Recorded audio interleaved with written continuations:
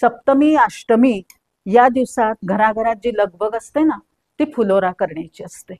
तर हा जो फुलोरा आहे तो चौकोनी आकाराच्या साच्यामध्ये टांगून त्यासाठी कणकेच्या कडक पुऱ्या केल्या जातात, त्याला कडकण्या म्हणतात.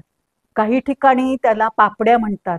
आणि जिच्या उरामध्ये सांजा भरला आहे, गोड गुळ घातलेला, त्याला सांजोरी म्हणतात. तर असा सांजोरीचा हा फुलोरा असतो. तो देवीच्या वरती आपण असा टांगून ठेवायचा असतो.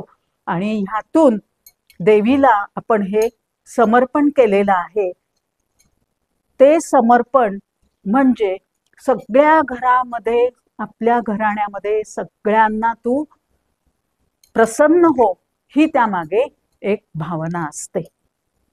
काही ठिकाणी नवमीला कुळधर्म केला जातो, काही ठिकाणी दसऱ्याला कुळधर्म केला जातो.